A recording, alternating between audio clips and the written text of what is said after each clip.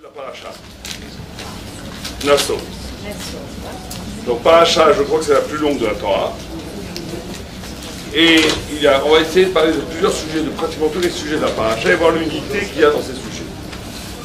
La première chose dans la paracha, c'est toute la paracha qui parle des Lévi'im. Vous savez que le peuple juif est divisé en trois, en vérité en quatre, puisque vous avez les Kohanim, les Lévi'im, Israël et Guérim. Et que ces quatre-là, c'est pas hasard. Ils sont constitutifs de la révélation elle-même, de comment Dieu se révèle dans le monde. Le chiffre 3 est toujours pareil. C'est pour ça que dans la Torah, il y a 3. Ça marche? C'est allumé? Il y a 3 parties. Il y a Chumash, Nevi'im, Ktuvim. Et après, il y a Torah Sheba'al Peh.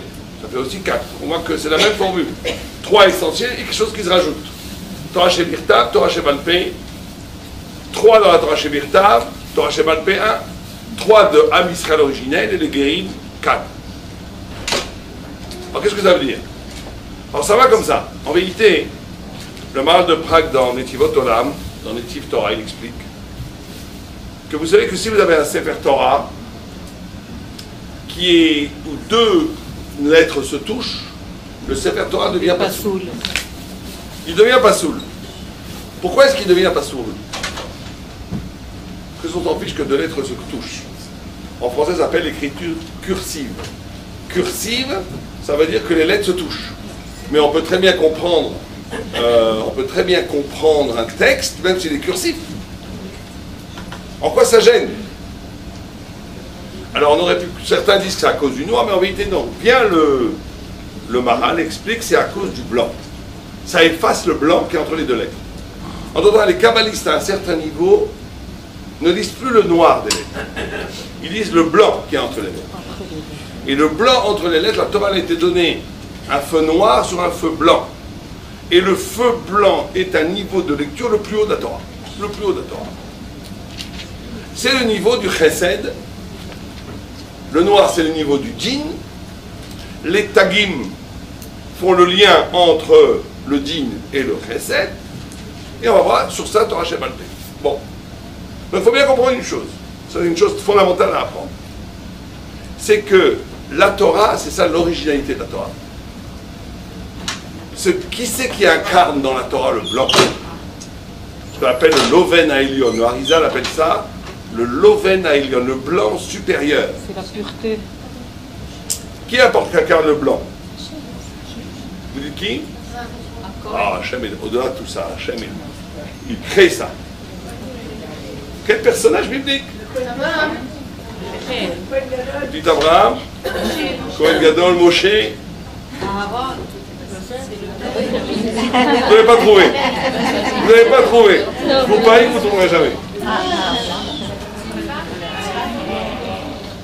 C'est un rachat. Ah, c'est Lavan. Lavan.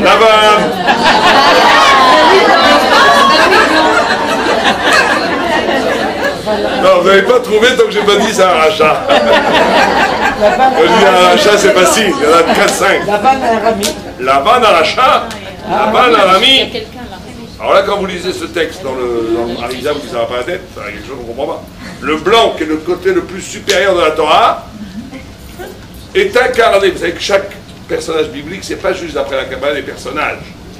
Ils incarnent des dimensions de la révélation. Abraham, c'est Chesed. Il incarne la sphira de Chesed. Dieu se révèle par le Chesed. Quand il vous donne de l'abondance, il se révèle par le Chesed. Quand Barminam, Dieu préserve, on reçoit un coup sur la tête, c'est la dîne, c'est la gloire, il faut bien qu'il y ait justice.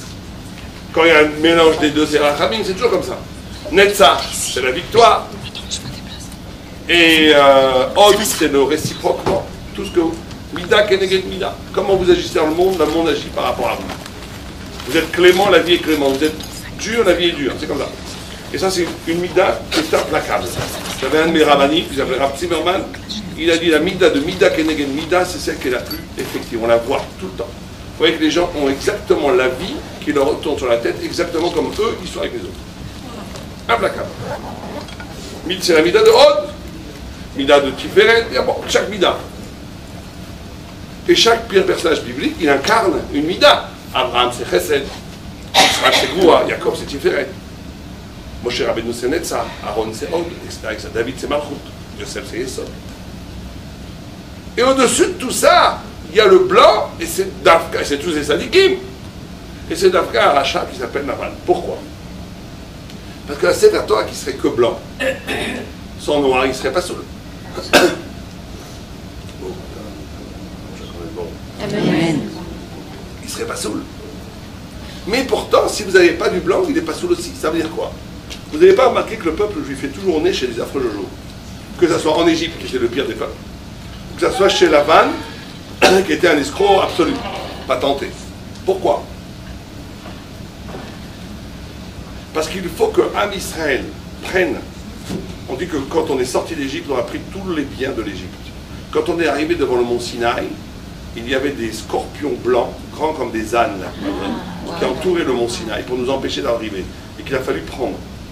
La Torah, c'est de récupérer toute l'énergie négative du monde et la sanctifier dans la Torah. La Torah, c'est prendre. Pourquoi la vanne incarne le blanc? Parce que le blanc, quand vous avez une page blanche, tout est possible.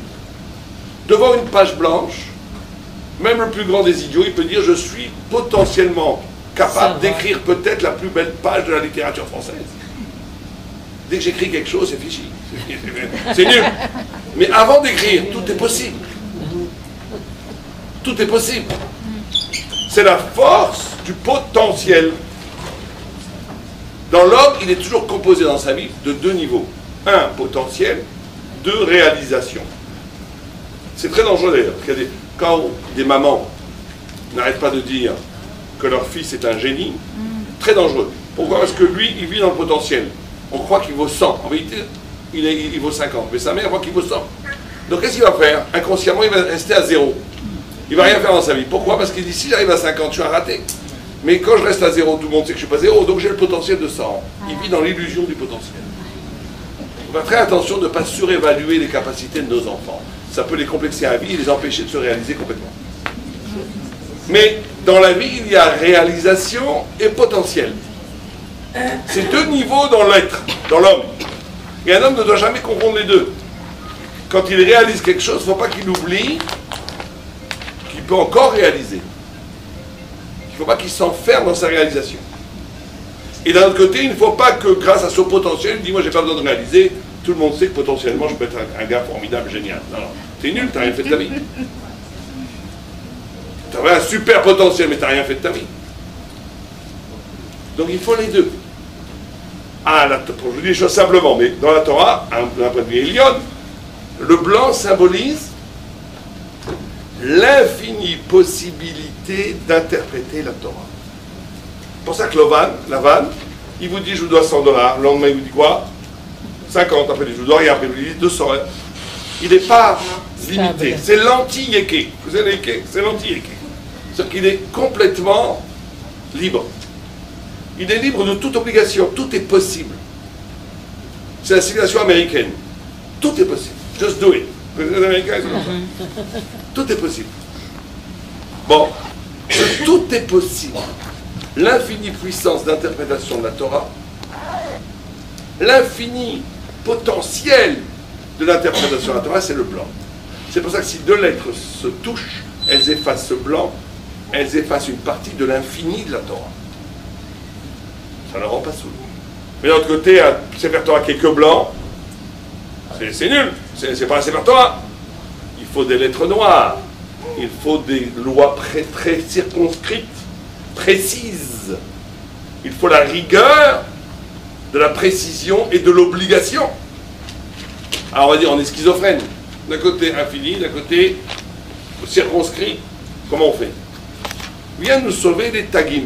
Les tagim, c'est des couronnes, quand on lit la Torah, qu'il y a sur les lettres, qui font le lien entre le blanc et le noir. Donc, l'étudier la Torah, c'est d'être capable de définir de façon très précise la loi, la halacha, la vérité, mais que cette parole qui transcrit ce que dit la loi ne se ferme pas sur elle-même comme définitive, mais reste ouverte à des milliers d'autres interprétations. qui était celui qui interprétait les Tagim? Le plus, c'est Rabbi Akiva. Et Rabbi Akiva, son père était guerre. C'est la quatrième dimension de la Torah Shebalpé. Très souvent, la Torah Shebalpé vient de Guérim, Rabbi Meir, Stam Mishak et Rabbi Meir, il vient de Néron, Rabbi Akiva, etc. Ben Bagbag, Rabbi Yaya, plein. Pourquoi? Parce que justement, le gars, il n'a pas d'antécédent. Il est blanc, il est libre pour pouvoir interpréter ce qu'il veut. Et en vérité, il y a une partie de Guérou dans chaque juif. Chaque juif doit avoir une partie en lui où il doit en même temps déterminer par une tradition. Il fait partie de la tribu de Juda, de Issachar, de Cohen, de Lévi, mais il doit avoir une partie de Torah Shebalpé où il ne fait plus partie de rien du tout. Il essaie de comprendre à partir du vide. Moi, je comprends pas pourquoi les tagim, ça fait... Parce que les tagim, c'est des sortes de couronnes qui s'élèvent du noir vers le blanc, qui font le lien. Donc c'est la passerelle entre l'infini et le fini. La passerelle entre l'infini de la révélation et le fini de la révélation. Bon, on n'a pas le temps de rentrer dans les détails, mais vous savez qu'une des grandes problématiques de la Kabbalah, c'est ça, comment l'infini peut se livrer au fini. Comment la Torah qui est infinie peut rentrer dans la boîte du cosmos. Comment la parole de Dieu qui est infinie peut rentrer dans la tête d'un homme. C'est toute une problématique très compliquée où le fini devient infini parce qu'il participe de l'infini. Bon, on ne va pas rentrer là-dedans. C'est très très compliqué, mais c'est une très grande problématique. Donc, Israël, Cohen, Lévi, guerre, la structure du peuple juif est identique à la structure de la révélation. Israël symbolise le blanc. Israël, c'est le chesed. Israël, c'est le nom Israël, c'est l'infinie bonté, normalement. Cohen, c'est le din. Cohen, c'est celui qui tue les animaux dans le Beth Amikdash. C'est celui qui applique la loi, qui fait, c'est le noir. Lévi, il chante. Or, le chant fait le lien entre l'âme et le corps, fait le lien entre l'inspiration et la précision de la chanson. Le chant, c'est une très grande chokhma, surtout le chant des Lévi, fait le lien entre le blanc et le noir. Et à l'intérieur de ça, les guérim sont ceux symboliques, il n'y a pas de guérim tout en Israël, mais la dimension de guerre, c'est la dimension de Torah Shebalpé qui s'inscrit dans ces trois dimensions. C'est pareil, Chumash, Ktuvim, Benevim. Nevim, Ktuvim. Chumash, c'est l'infini, c'est Israël. Les Nevim, c'est din, c'est que des réprimandes, que des tochachot. Et les Ktuvim font le lien entre les Nevim et le Chumash, c'est Rachamim, c'est entre les deux, c'est Lévi. Et c'est tout le temps, et la Torah Shebalpé par rapport au Mirim. Donc c'est une structure comme ça très très très importante. Maintenant, ces parachutes là, donc ça c'est une première dimension de la paracha. Dans ces parachutes, dans cette paracha, et dans tout Bamidbar, vous savez que dans Bamidbar, on a un problème. C'est que Bamidbar, c'est un livre, dit le Ramban, Nachmanide, où il y a très peu de mitzvot, les dorot. Vous avez remarqué ça? Dans Shmot, vous en avez énormément. Dans Bereshit, il y en a peu, mais c'est la création. Et dans Dvarim, énormément. Mais dans Vaïkra, beaucoup. Mais dans Bamidbar, pratiquement pas. Comment ça se fait? On nous raconte les merveilles du désert. C'est le désert. Oui, mais la Torah, c'est pas une histoire. La Torah, Dieu préserve, elle ne raconte pas ce qui s'est passé dans le désert. La Torah, c'est un enseignement réel, essentiel pour chaque génération. C'est pas une histoire, la Torah. C'est qu'en réalité, le désert, c'est une dimension du peuple juif. Le désert, c'est le dépouillement. C'est la liberté par rapport à l'encadrement social. C'est le fait d'être face à Dieu. Un juif, il peut être à New York, à Paris, à Berlin, à son téléphone, à la bourse. Si c'est un juif authentique, il est aussi dans le désert. Il est dans le désert. Le désert accompagne Am Israël tout le temps. Le désert a deux dimensions fondamentales. Une, c'est que c'est FKR, propriété. Dieu, et deuxièmement, c'est pour tout le monde en vérité. Et deuxièmement, c'est l'humilité, c'est le dépouillement. Un juif réel a toujours une dimension dans son existence où il est dans le désert. Ça change rien, il peut être à New York, à Paris, dans le plus sophistiqué des endroits habités.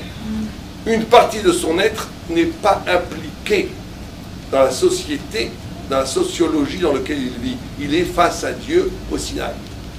Et c'est ce qui donne la liberté du juif. C'est ce qui fait que le juif est toujours devant Dieu. Parce qu'il y a une part, et c'est ce qui fait aussi que le peuple juif est éternel.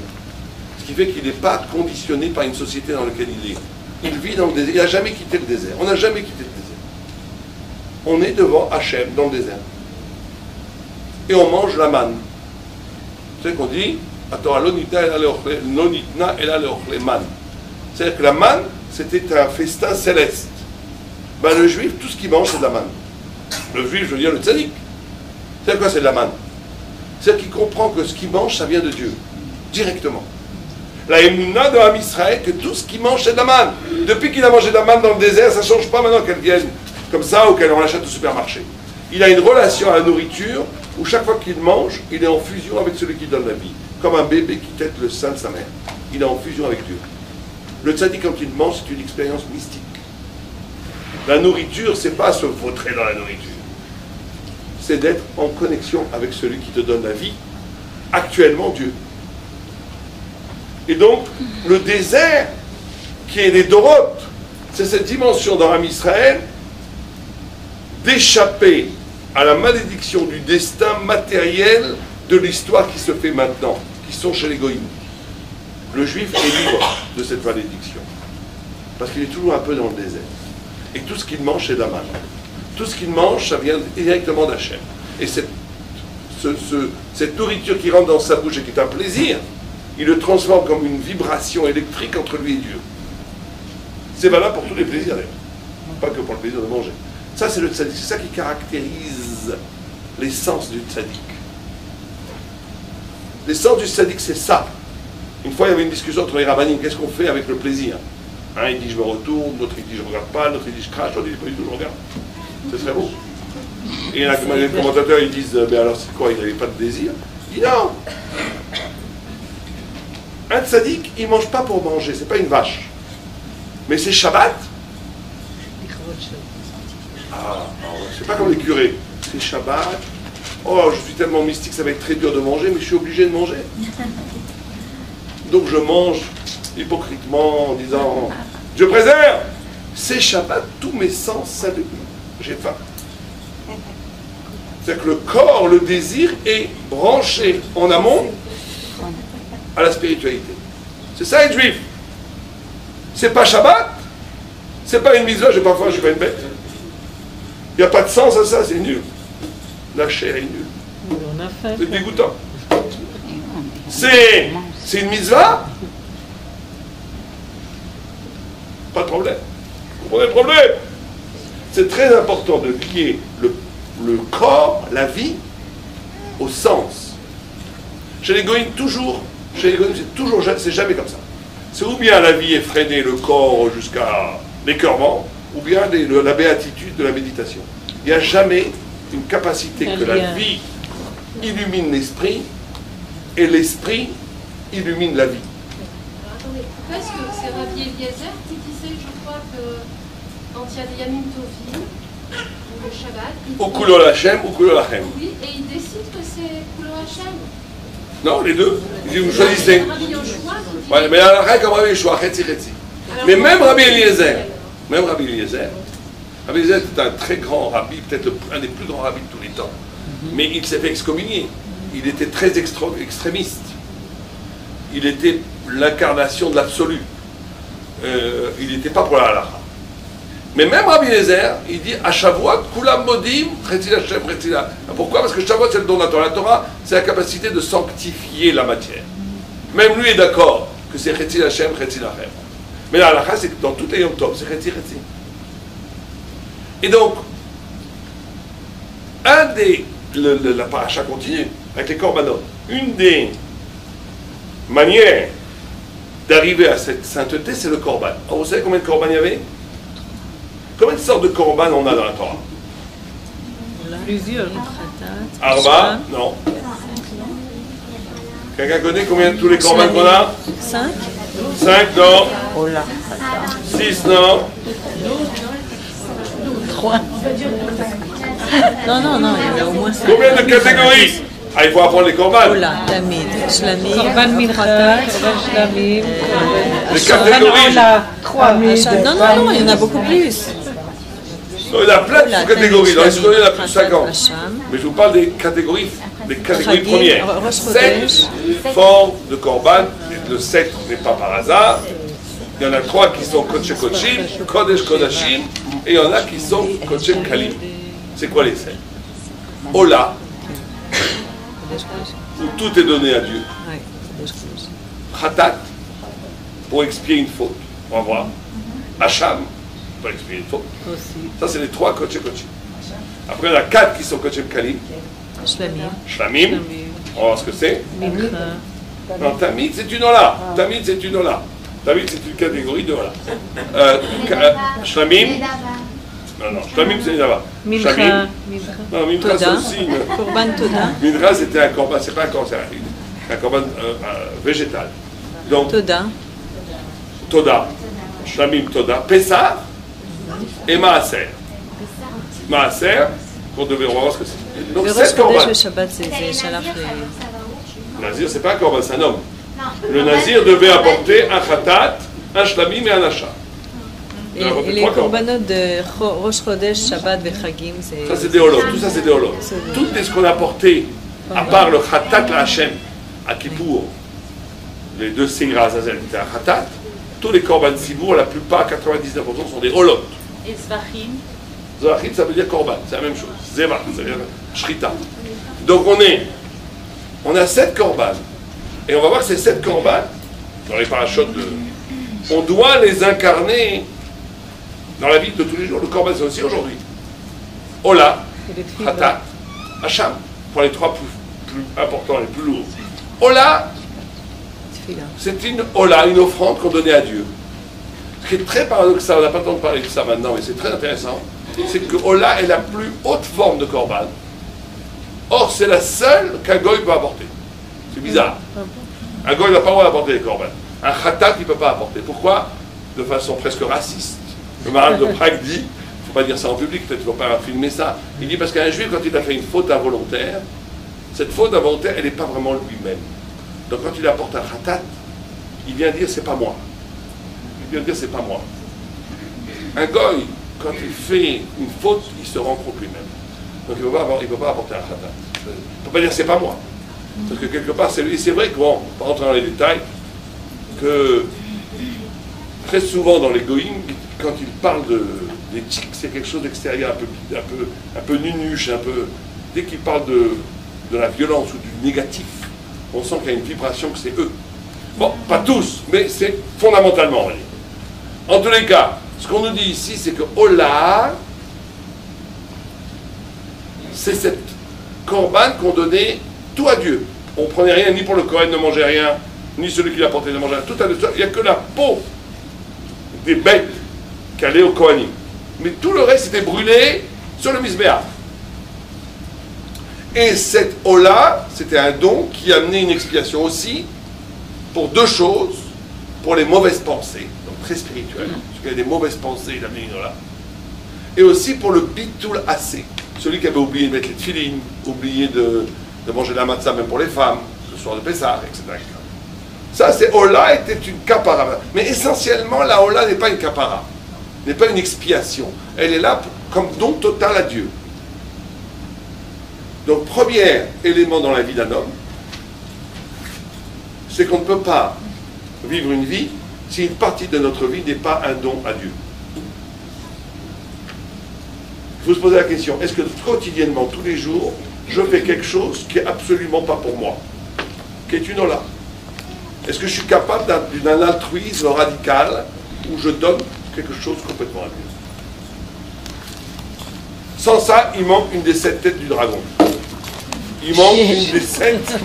Quand on arrive au paradis, on dit il te manque une tête là-haut. Celui qui n'a pas vu les tefilines, il arrive au paradis, il n'a pas de droit. la tête des fois. Et donc, si quelqu'un n'a pas quotidiennement, au moins de façon récurrente, une activité où il donne tout à Dieu, il lui manque quelque chose de fondamental. Vous savez que David Améler, il devait vivre combien de temps? Non. Non, il a vécu 70. 3 Il a vécu. heures. 3 heures. Qui c'est qui lui a donné 70 ans? Adam Arishon. Comment ça se fait que David Améler, le roi des Mashiach, le roi d'Israël, le père du Mashiach, on lui donne pas à vivre? Ça ne veut rien dire. S'il faudrait la vie à quelqu'un, c'est à lui, non? Mais il faut qu'il... Parce que le Mashiach ne peut venir que si tu sacrifies une partie de ta vie. Il faut que l'humanité donne une partie d'elle-même, une partie de son confort matériel d'ici-bas. Il faut donner une partie du Olam Hazé si on veut l'Olam Haba. C'est ce qu'on appelle le chesed. C'est plus le temps. C'est ce qu'on appelle un krava, le sacrifice. Ça veut dire qu'il faut que ça fasse mal un petit peu. Tu ne peux pas donner quand ça te plaît, que ça va bien. Il faut te donner une partie de toi parce que tu te considères comme un éternel. Si ta vie, elle est toujours articulée autour de ta temporalité, tu n'es que... L'homme a été créé dans Vayatzer, Adam, il y a 2 yud, il y a une faute d'orthographe dans la Kébirol. Vayatzer, c'est avec un yud. Quand l'homme est créé Vayatzer, Adam, il y a 2 yud. Ces 2 yud, il y a plein d'explications. Une des explications, c'est Olam Hazé, Olam Haba. L'homme est double, il est temporaire dans ce monde-ci, il est éternel dans l'Olam Haba. Mais l'éternité du Olam Haba, c'est pas juste après la mort. Un homme, un tzaddik, il vit l'éternité ici-bas. Ça veut dire quoi qu'il vit l'éternité ici-bas? Qu'il fait des actes, qu'il a des paroles, qu'il a des pensées qui seront valables dans 3000 ans. Ça veut dire dans 10 000 ans, dans 100 000 ans. Il n'investit pas que par rapport à la petite vie qu'il a aujourd'hui, sa famille, son compte en banque, sa petite mitzvot, il se voit comme un éternel. Qu'est-ce que je fais qui a un sens éternel, pas juste temporaire? Ça, c'est le Yud du Olam Haba.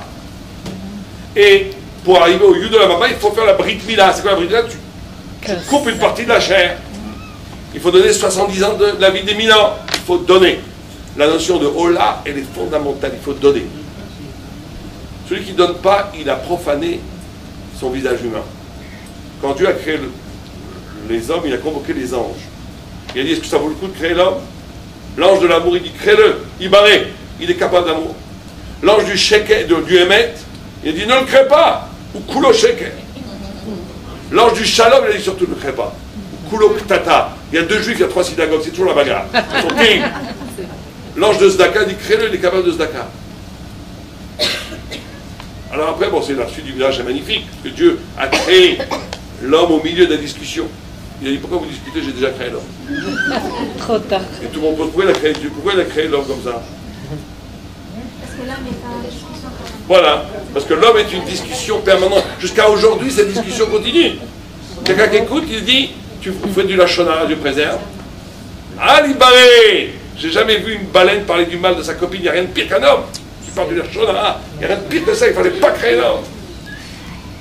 Quelqu'un donne une zaka, il barrait. On n'a jamais vu un chien donner sa côtelette à son copain. C'est la liberté humaine. Elle est qu'à chaque seconde, c'est moi qui justifie de la pertinence de mon existence ou pas. Si Dieu avait dit Ibaré, on aurait décidé à notre place, avec le coup de vivre, on n'aurait pas de liberté. La liberté, elle est là que personne n'a décidé, c'est nous qui décidons, à chaque instant. Mais regardez comme le Midrash il dit. Il dit, Chesed, crée l'homme. Il est capable d'amour. Mais il est capable de haine aussi, non? On le voit assez. Et il dit, celui de Hémet, il dit surtout ne crée pas. Il est Kulo Sheker. Mais il est capable de dire des choses vraies aussi, l'homme.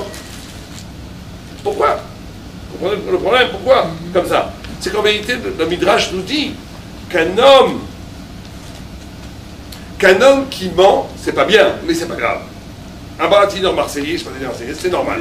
C'est comme ça, l'homme, il est baratineur. Il faut beaucoup de travail sur soi pour être exact, pour être yéké. C'est très dur. Mais c'est pas grave. Si tu mens, c'est pas bien. Mais c'est pas que tu as profané ton humanité. C'est pas exact. L'homme est un baratineur. L'homme est un bagarreur. C'est pas bien de se bagarrer. Mais un homme qui n'est pas capable de donner, d'aimer, il a profané son essence humaine. C'est bien pire. C'est pour ça qu'il dit Ibaré, l'homme en essence est capable d'amour. On voit ça avec David Améler. On voit quelque chose d'incroyable quand David. Vous savez qu'on n'a pas le droit d'accepter des mots habits, mais on peut accepter des mots habites. Vous savez que David Améler, quand il est devenu roi, Shaoul a commencé à amener des rabbinim. Il dit mais celui-là, il n'est pas vraiment juif, il vient d'une route à Moabite. Il ne peut pas être roi, il a commencé à avoir des problèmes. Ils ont dit Moabit, mais le Moabite. Shaoul n'était pas content. Il voulait rendre pas sous David. Et on a dit, mais c'est bizarre. Pourquoi est-ce qu'on n'a pas le droit d'accepter les Moabites? Parce qu'ils ne nous ont pas donné de l'eau et du... Mais les Moabites, qu'est-ce qu'elles ont fait? 100 fois pire. Elles ont fait du znout avec la tribu de Shimon et 24 000 juifs ont été tués à cause de ça. Tu acceptes celles qui ont tué 24 000 juifs qui ont fait du znout, tu n'acceptes pas ceux qui ne donnent pas de l'eau et du pain. Dit le Maharal de Prague une chose extraordinaire. Il dit parce que le znout, la sensualité, tu peux la transformer dans la Torah. David Amelech, il ne dit pas Animit Palel, il dit Anitefila. Il change tout son corps. Quand il priait David Amelech, il priait jusqu'au bout des ongles des pieds. Tout son corps tremblait d'amour pour Dieu. Il a pris la Mida de Moab. Moab, c'est une des pires Mida au monde. Moab, c'est 49, la Gamatria. C'est 49 charrettes Touma, dit le gars de Vilna. Il a pris toute la Touma de Moab. Et c'est pour ça qu'il est le Mashiach. Il vient de Juda, la plus noble des tribus, et il vient de Rutamabi, le pire des peuples, pour faire le lien divin dans toute chose. Le Mashiach, la Gemara dit que pourquoi Shaoul est tombé? Mishun She'en Bo Dofi. Parce qu'il n'avait pas de tâche généalogique. Il était parfait. Trop parfait. Tu ne peux pas être un Mashiach. Le Mashiach, il faut qu'il soit parfait du côté du Père et qu'il vienne du pire des peuples du côté de la mère. Pourquoi? Parce qu'il doit tout Mekadesh. Il doit montrer la trace de Dieu. Mais les ténèbres de Moab, du Znout, en Tfila. Mais quelqu'un qui est radin, quelqu'un qui ne donne pas, tu ne peux rien faire. Tu ne peux pas m'égayer ça. Tu ne peux pas m'égayer ça. Il n'y a rien à en faire. Dehors, on n'en veut pas. On n'en veut pas. Au point où les filles de Moab ont fait 1000 fois pire que les hommes de Moab, qu'on fait un znout épouvantable avec 24 000 juifs dans le Sinaï, tribu de Shimon, on peut les convertir. Parce que cette bida de znout, on peut la cachériser, entre guillemets, en faisant une sensualité dans la prière. Mais Dradin, ne pas avoir d'empathie, on ne peut rien en faire. Ouais, on peut rien. Donc dehors, on vous prend pas, vous n'avez pas le droit de rentrer dans la Israël. En tous les cas, cette notion de hola, c'est cette notion de don. Si quelqu'un n'est pas capable de faire du don, s'il n'est que pour lui égoïste, s'il a toujours peur, s'il a des oursins dans les poches et qu'il ne peut jamais rien donner, qu'il ne peut pas aider les autres, il a profané son identité humaine et a cadéromé son identité juive. La deuxième dimension, c'est Khatat. Khatat, un homme n'est un homme que s'il fait tchouva, s'il fait expiation, s'il est capable de se faire pardonner ses fautes. Et ça passe, c'est écrit dans la paracha, par le vidou. Le vidou qui doit être balpé, et vous savez que la tchouva passe par 3 niveaux. 1, reconnaître ses fautes, honnêteté intellectuelle. Plein de gens disent, oh, c'est pas grave, sous le tapis, tout le temps sous le tapis. C'est pour ça que la Gemara, elle dit que celui qui fait du lachon hara, il aura le guéhinnom, et que le meurtrier, il n'aura pas le guéhinnom. C'est incroyable. Parce qu'il dit que celui qui tue quelqu'un, Dieu préserve. À part d'être un affreux Jojo, la plupart des temps, les gars, monsieur qui fait une grosse avéra, Dieu préserve, chéti, je trouve comme ça, terrible. C'est terrible, c'est les 3 plus grands avérons de la Torah. Mais le gars, toute sa vie, il va pleurer. Comment j'ai fait une bêtise pareille? Il va faire tchouva. Quelqu'un qui, le soir de Shabbat, il est en train de manger son steak, et ça, il est tranquille, et il dit, tu sais qu'il est idiot celui-là, et après ça, il passe au il n'a même pas remarqué qu'il a fait une des plus grandes avéras de la terre. Et donc, il ne fait pas tchouva. La conscience de la gravité de la faute, la conscience, l'honnêteté intellectuelle est la base de la spiritualité. Sans honnêteté intellectuelle, on est mal barré. Il y a des gens qui n'ont pas d'honnêteté intellectuelle. Ils comprennent rien, ils se tordent de tout, tu leur parles, blablabla. Le blabla pour bien camoufler qu'on n'a pas de problème. La justification perpétuelle, le fait de l'incapacité d'adulte, l'enfantillage, et ça peut être des professeurs, ça changerait du tout. L'incapacité d'avouer nos faiblesses, de voir les ténèbres intérieures, l'incapacité de s'accuser, de se voir, franchement. Ça amène à la pire des catastrophes. Et la pire des choses, c'est quand quelqu'un utilise la Torah pour justifier ses mauvaises midotes. Alors là, il vaut mieux être Hiloni. Psakalacha, reste Hiloni. Va manger du cochon. Le gars qui a des papillotes, qui a la haine des autres, qui utilise la Torah pour haïr les autres, pour mépriser sa femme, pour genre je suis tellement cadeau, je ne peux pas te parler, ce genre de truc là, Ces gens-là, on leur fait couper leur barbe, on leur fait leur kippa, c'est une mitzvah. Il n'y a rien de pire au monde. C'est un chilou la chaîne. C'est ce que je dis. Et donc, on a ce niveau de khatat. Khatat, c'est la capacité de l'honnêteté intellectuelle de reconnaître ses fautes et qui passe par la parole. La parole, c'est trois choses. Reconnaître ses fautes, un. Deux, c'est aussi très difficile, les regretter. Il y a des gens, ils ont fait la belle vie de 17 ans à 27 ans, ils ont fait tchouva à 30 ans, ils sont devenus des sadiques, ils disent, mais moi j'ai bien vécu de 17 à 20 ans, les boîtes de nuit et tout, c'était super. Saint-Tropez, la Duez et tout, génial. Bon, j'ai fait tchouva à 27 ans, j'ai eu tout, j'ai eu l'Olamazé, l'Olamaba. Ça aussi, c'est pas bon, c'est pas une tchouva, ça. Non, c'est sûr. C'est une tchouva. On va chef, c'est des sadikim et tout. Mais c'est très dur de regretter les bêtises de la jeunesse pour les pas de tchouva. Mais moi, j'ai bien vécu. Donc, qu'est-ce qu'on doit dire? On doit regretter. Pas regretter la culpabilité. Regretter qu'à un moment donné, j'ai trahi le commandement d'Hachem. Je n'ai pas été fidèle à la parole de Dieu. Regretter. Et troisièmement, Kabbalah et Atid. Prendre sur soi de ne jamais refaire. C'est le vidouille. Prendre sur soi une décision absolue de ne jamais refaire. Tchouva Gmoura, c'est quand il nous arrive la même épreuve quand on a fait une faute et qu'on ne fait plus la faute. Par exemple, on se rend compte que quand l'époux vient nous demander de l'argent, on fait une grimace. Au lieu de leur donner un petit shekel qui n'est rien du tout, un petit shekel, ou un demi-shekel, on fait une grimace, encore celui-là qui arrive. Ils aillent travailler, c'est ça. Quand on arrive à 120 ans après la mort, on dit, mais toi aussi t'es un mendiant. Les anges vont faire la même grimace, la même. Mida keneged mida. Si on comprend ça, on fait tchouva. Quand on voit un pauvre, on lui sourit. Merci d'être venu me voir. Tiens, je régale. Avec un grand sourire, on fait tchouva. Mais sur dans son petit cantal, c'est très bien, on a le droit, mais il ne faut pas après se plaindre qu'il n'y a pas de chesed de la part d'Hachem. Quelqu'un qui n'est pas capable de faire du chesed au pauvre qui demande d'argent, il ne faut pas se plaindre, pas de chesed de la part d'Hachem. Il faut être cohérent. On est tous des mendiants du Schnorrer par rapport à Dieu. Il donne tous les jours on lui demande la vie, tous les jours on l'embête. Tous les jours on tend la main vers Dieu. Donc quand quelqu'un te tend la main, donne-lui un peu. C'est vrai aussi pour toutes les organisations qui appellent, parce qu'il y a plein d'organisations. On ne rentre pas dans les détails, je donne les principes. Donc, troisième élément, Hacham. Hacham, c'est le pire des korban. Parce qu'Hacham, il vient dans un doute. On ne sait pas si on a fait une faute ou pas. Et là aussi, un homme est un homme que s'il est capable de prendre aussi en charge les doutes. Parce qu'il y a des choses, tout n'est pas blanc-noir. Il y a des choses, je ne sais pas. Des fois, c'est très dur. Vous avez devant vous un apicorus. Vous l'avez crié dessus que c'est un affreux Jojo. C'est bien, mitzvot de là, mais en même temps, est-ce que j'ai pas été coléreux? C'est mélangé des fois, le bien et le mal. Et là, ça demande un travail encore plus profond d'introspection. C'est le Hacham. Très dur le Hacham. Après, il y a Pessah. Pessah, c'est qu'un homme n'est homme que s'il est capable d'être libre. Faut sa liberté. Sa liberté, ça veut dire l'homme n'est libre que quand il est lié à Dieu. Ça veut dire que combattre l'idolâtrie, c'est pas simplement combattre les idoles de bois et de fer. C'est que je suis en dernière instance, il n'y a qu'une chose qui m'intéresse, c'est ce que veut Hachem.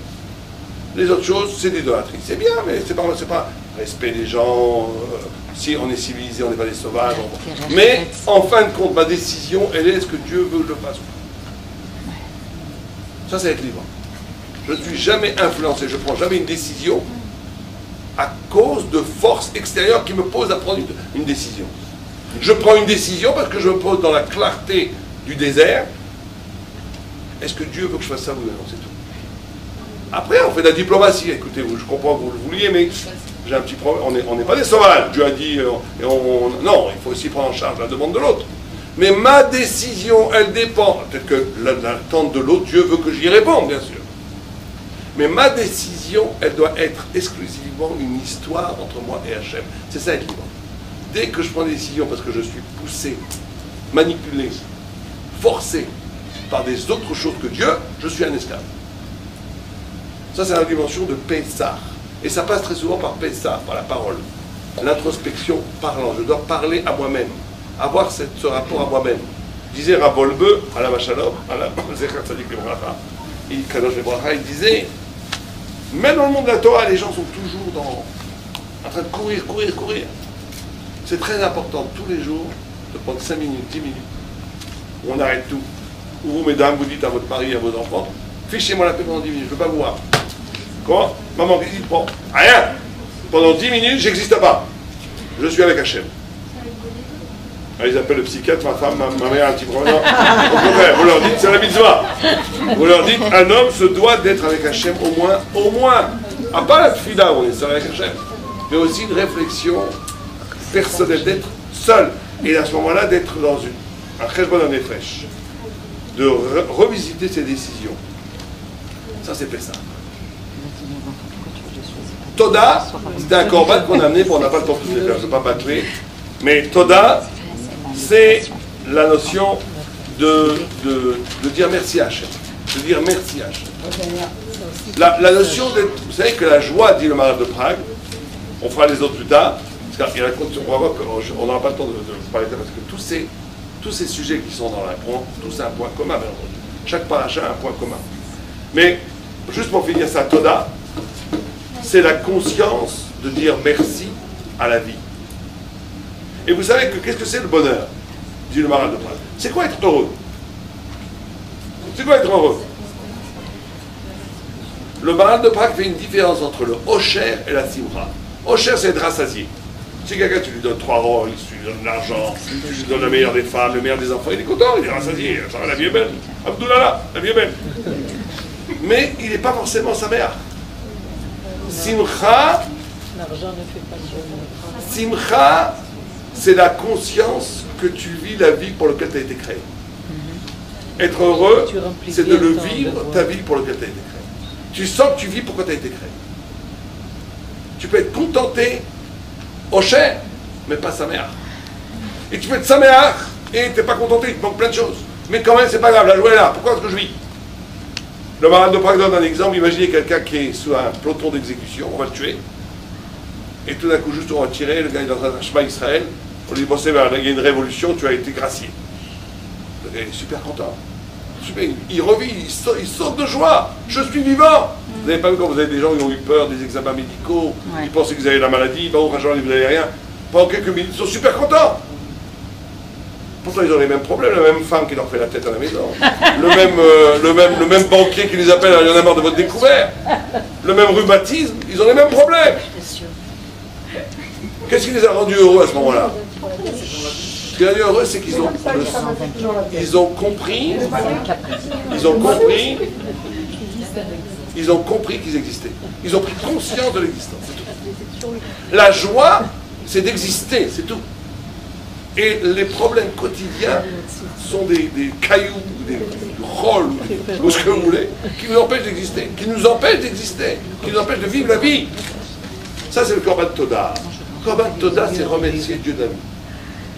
Un homme n'est un homme que s'il est capable d'exister, ça veut dire merci. De dire merci, c'est un des 7 Korban. C'est au point que c'est un des 7 Korban Toda. Car c'est une règle à lui, qui avait Arbaïm Chalot, Shoshim Matzah, Eser Hametz, etc., qui avait des halachot à lui.